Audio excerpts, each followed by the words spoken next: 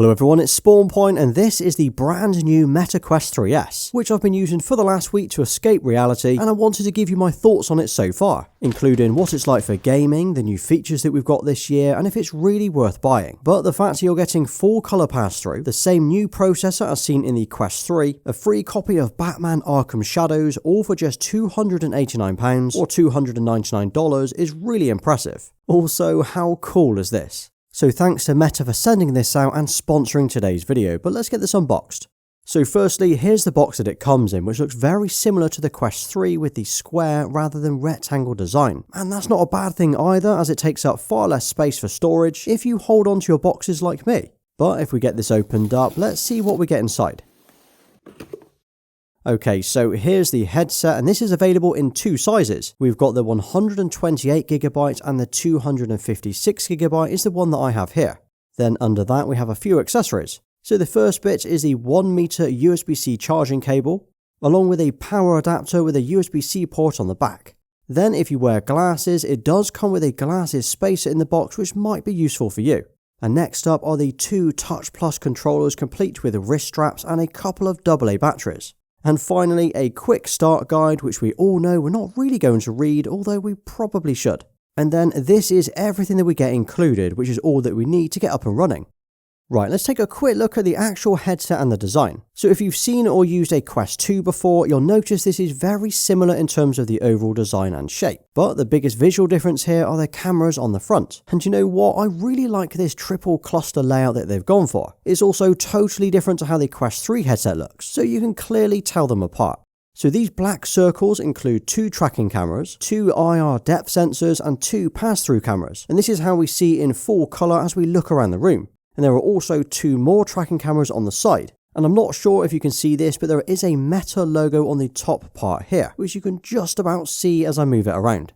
And if I turn this to the side, we have the power button here, as well as a USB-C port, which is what we'll use for charging it. And if I flip this over, across the bottom, we've got two buttons here. So this one is of course the volume button, and this is the new one, this is the action button. So when you press this one, it will enable the pass-through mode, so you can see what's going on around you in your room. Or if you tap it again, it will put you back into VR mode. This is super useful if you need to quickly check your surroundings while you're using it. And then if we take a look at the headset strap, well, this is very similar to what we've had before. So this part here will fit over your head, and these straps will adjust to get the perfect fit. And just like before, if you ever needed to or wanted to change this, well, you can simply pull on the side and the straps will pop right off. And just for a quick comparison, here's how the new Quest 3S headset compares to the Quest 3 headset that we've had before. So you can see they look very similar, but also some differences as well.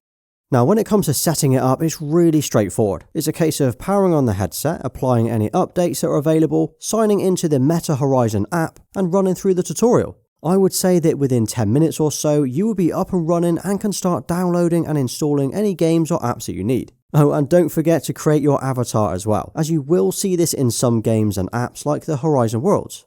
Right, so on the inside it comes with 3.0 lenses, the same lenses that we have on the Quest 2 headset, and not the same as we get with the more expensive Quest 3 headset, because those are pancake lenses. So these give us a field of view of 96 by 90, a PPI of 773, and an 1832 by 1920 resolution per eye. But the biggest change here is definitely the full colour pass-through. This means we get the full colour view while looking around the room, unlike the black and white version that we had back on the Quest 2. Now this feature alone makes it a nice step up from that headset, although if you've used or got a Quest 3, you'll already be familiar with this. And as for the picture quality, well, this looks good. The image is sharp, it's vibrant, and every game that I've played on here looks great. However, just coming back to the fact that they are using the 3.0 lenses, it does mean that in order to get the perfect viewing experience, you need to make sure that your eyes line up with the center of the lens, because if you get this wrong or don't spend enough time adjusting the headset or the straps, it will look blurry and out of focus. So just make sure you do this properly.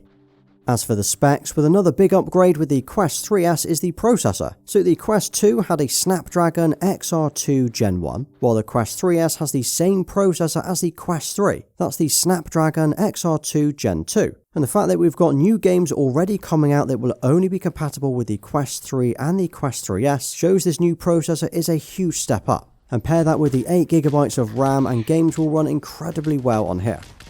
Now we should probably talk about the controllers themselves. So these are the Touch Plus controllers, which are the exact same controllers that we get with the Quest 3. We use these to navigate around the menus, control the games that we're playing, and everything that requires a controller input. They feel light, they fit well in my hands, and are pretty easy to use. So we have the thumbsticks on top for moving around in games or apps, the triggers around the back for selecting menus or firing guns in games, and the 2 grips. There's also an A, B, X and Y buttons for things like jumping in games, the menu button and the meta button. Tapping this will open a universal menu no matter where you are or what you're doing. They also have haptic feedback, so while you're interacting with items in games, you can feel the rumble and the vibration in the controllers. It just makes games feel that little bit more immersive. And as for the battery, I would expect to see around 20 to 25 hours of use, but that obviously does depend on the games that you're playing. Even over the last 4 to 5 days of playing and filming, I'm still at 100% on both controllers. Okay, so if you're getting a VR or a mixed reality headset, you're probably here for the games. So I had a quick look through the App Store just to see how many games are now on MetaQuest, and there are a lot. Like, we have got some awesome games on here, including Assassin's Creed, Beat Saber, Arizona Sunshine 2, and Pavlov. And that is one of the huge advantages of jumping into VR or mixed reality gaming today, as it's pretty well established now with so many games to play. You really are spoiled with what you can actually play. So I've tested quite a few out this week, and the first one that I had to play was Beat Saber. This is an absolute classic game, and one that I would recommend everyone trying out. So as I'm playing this, I'm moving the controllers to hit the objects on screen, and all of that is being tracked by the 4 cameras on the headset, so every little movement is being logged and translated into the game's movement. Oh man, I really need to practice more on this. And do you know what? This isn't just a fun game to play, because like with most VR games, it's a wicked way to get up and move around, treating it like a mini workout. And then I also tried a few other games, including Assassin's Creed, and it is ridiculous just how good some of these games look. The way that you interact with objects, move around, climb and jump feels so surreal while you're wearing the headset. I also thought I would give Painting VR a go, where you can grab a brush and some paint and be as creative as you'd like. Now I'm absolutely terrible at this, but if you're good at painting, this could be a cool one to play around with.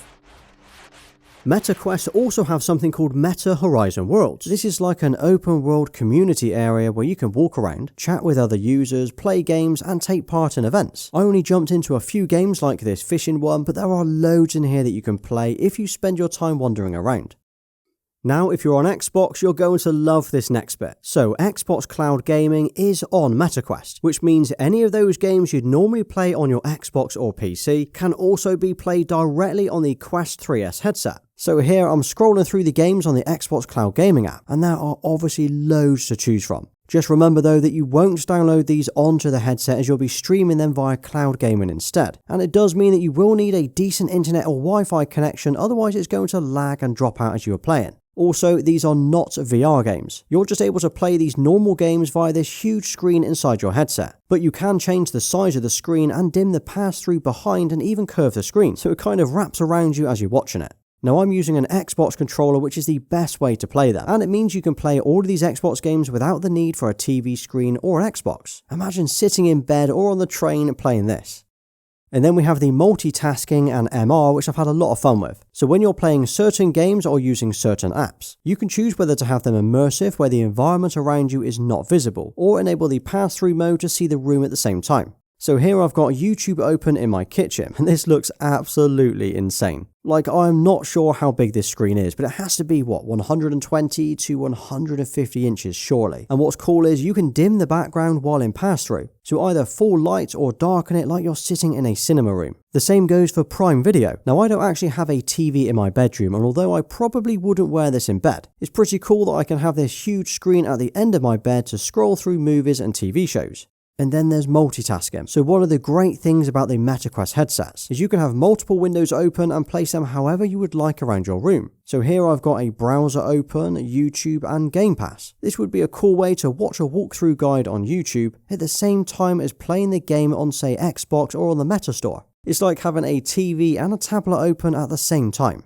I can also manipulate the window and layouts to make them bigger or smaller, or place them in a different order. And I can tell you now, seeing this in person is on a whole different level. This just looks unreal. So yeah, you could game, you could work, watch movies all at the same time, without the need for a TV or a monitor, and of course have it as big as you want. Now let me show you the UI and the menus on this. So tapping the Meta button on the controller brings up this window. In here you get access to all of your settings, installed apps, and the App Store to download any new games or apps that you need. You can also move it around, change the size and the layout of each window. So this is like the main hub for the headset. Then across the bottom, we've got the quick menu bar. So this has things like the time, battery status, recent apps, and a few pinned apps as well. And although you can use the controllers to navigate around and move the windows, you can also use your hands and fingers as well. So pinching the screen will let you move the panels and windows. Oh, and it's also worth mentioning that this headset does have speakers built in. So there's a little slot here where the sound comes out next to your ears. Now these are acceptable for most people, and I think they sound pretty decent, especially with how close they are to your ears. But of course, if you'd rather, you could use a headset instead and connect to it via Bluetooth. There is, however, no 3.5mm headphone jack with the Quest 3S, so you won't be able to use a wired headphone. So the question is it worth buying? Well, as mentioned, these start at £289 or $299 for the 128GB model. And in my opinion, that is a really good price for what we're getting. Sure, the Quest 3 is technically better in a couple of areas, but that is another £100 to £150 depending on where you look. And if you just want to get into VR or MR for the first time, or you're coming from say a Quest 2, this is a great headset. On top of that, don't forget you get a free copy of Batman Arkham Shadows, a 1-year warranty, and 3-month trial of MetaQuest Plus. And if you use my link below, you will get £30 Quest cash added to your account, which you can spend on the store. Well, I hope today's video was helpful and answered any of your questions that you had, but if you've got any more, just leave those in the comments. And thanks again to Meta for sponsoring this video and providing the headset. Now drop a VR gaming in the comments and I'll give you a thumbs up for staying right till the end. And if you did enjoy today's video, check out my full room tour video next, as it covers everything that I have in my gaming room. Well, thanks for watching, please like, subscribe and follow me everywhere. Until next time.